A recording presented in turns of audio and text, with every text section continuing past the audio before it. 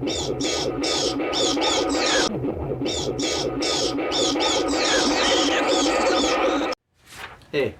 Graz, GKBC. I'm here on Comic Book Sunday, yay, with a thing that was asked for last October, October 2022.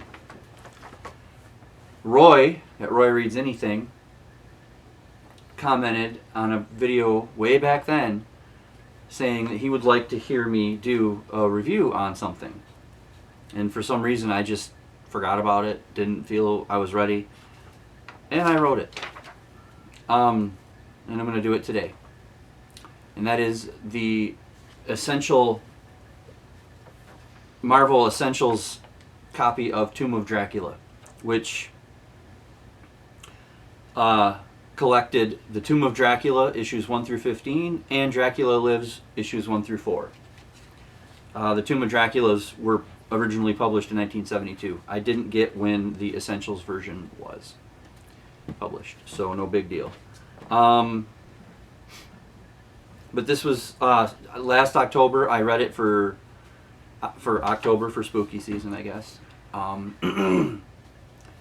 And I had read a lot of these single issues growing up because at our local used bookstore they had a comic book section, a really good one, and they had Tomb of Dracula, and I got a lot of those. They were like 35-cent goodness or whatever, maybe 30.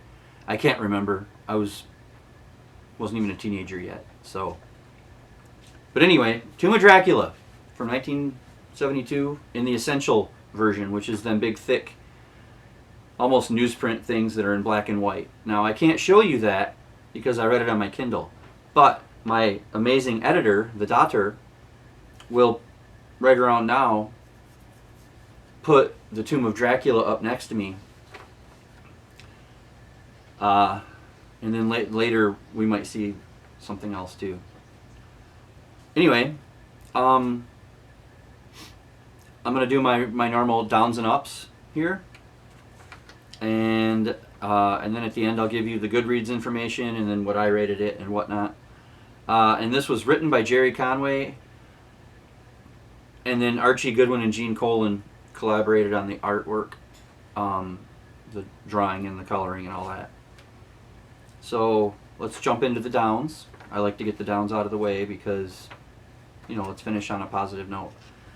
Number 1, that dratted, dastardly comics code. Dracula is very watered down. He can't be shown biting or killing, and he loses regularly to lesser foes. And that's the comic code from back then. I can only imagine how amazing this comic book would be if that code wasn't in place. Because, come on, it's a vampire. It's Dracula. He should be shown drinking blood and, poking holes in people. Number 2, the humans get the best of him all the time. They don't have any powers. They haven't lived as long.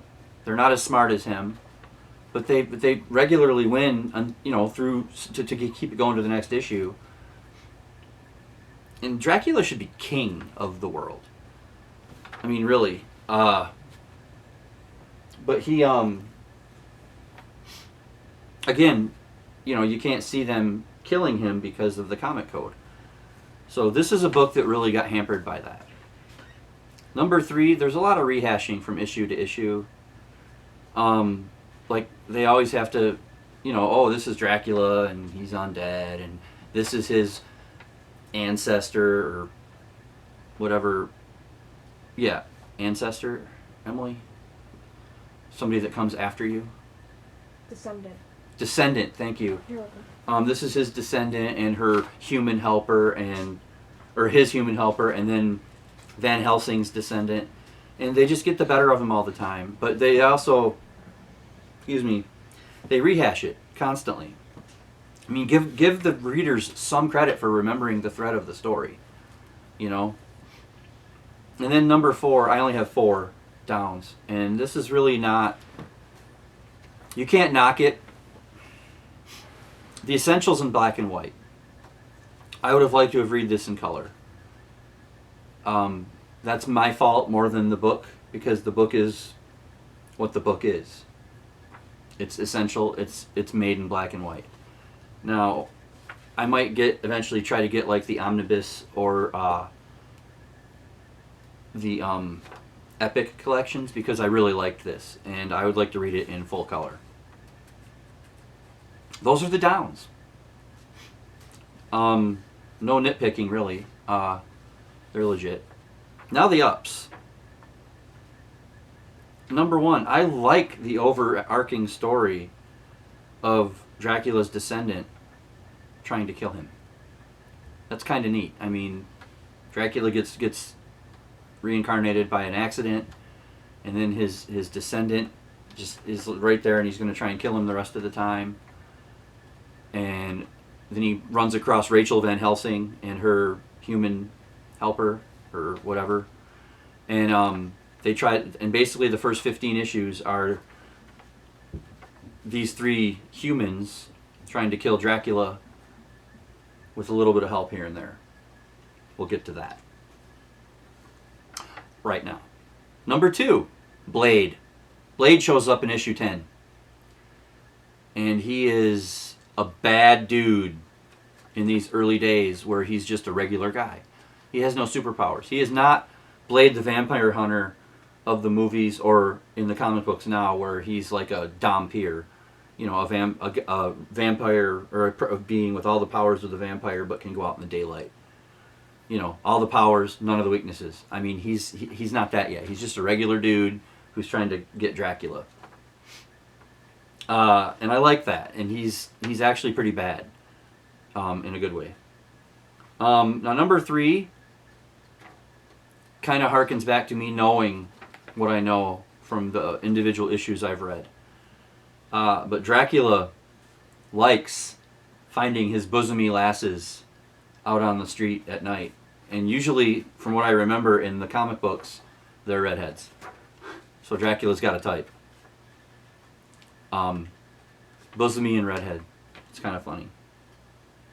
And then number four is something I kind of talked about in the downs, but the essential book is nice. It tells the stories, it shows the artwork, but it's almost like a coloring book. I guess I could treat it like that. That'd be interesting if I had one. But it has inspired me to find the color books, because Gene Colan's art, I mean, I can only imagine what it looks like because the drawings are superb. And number five, I enjoy the dialogue and the stories. It almost feels as if Dracula has a grudging respect for his descendant Frank Drake and for Van Helsing's descendant Rachel Van Helsing, because they somehow outsmart him all the time, and that's kind of neat.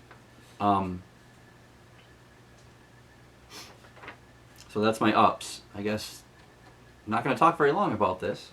But yeah, when I eventually get the color version, I will show that in a book haul or something. But it's coming eventually. But that's Tomb of Dracula. Now I'll give you the Goodreads information. On Goodreads, this essential collection is a 4.03 out of 5. And that's across 165 ratings and 27 reviews. And I personally gave it an 8.11 out of 10, so Goodreads and me, with our ratings, are right on, because if you divide 8.11 by 2, you get 4.055. So, real close. But anyway, that's Tomb of Dracula. I hope I did it justice. Roy, I hope you enjoyed this this review, and Roy will be tagged below because this is basically for him. Let's see. I don't know what's going to come next, because all I really had planned was this. So maybe we'll finally get to what's in the box. I got another neat skit I want to make for another book review and or movie review, maybe both. So I guess that's it for today. Let's see, I got a book in the mail. Where'd it go? You lost it. No, it's right here. I got a book in the mail, Fever Dream by George R.R. Martin. This is my vampire book for November. Not sure if I'm going to get to it because, like I said in the previous video, I'm way behind my reading. It's okay. The next book I finish will be book 200 for the year, so I'm happy with that. But until next time, remember to sink those fangs into a good book.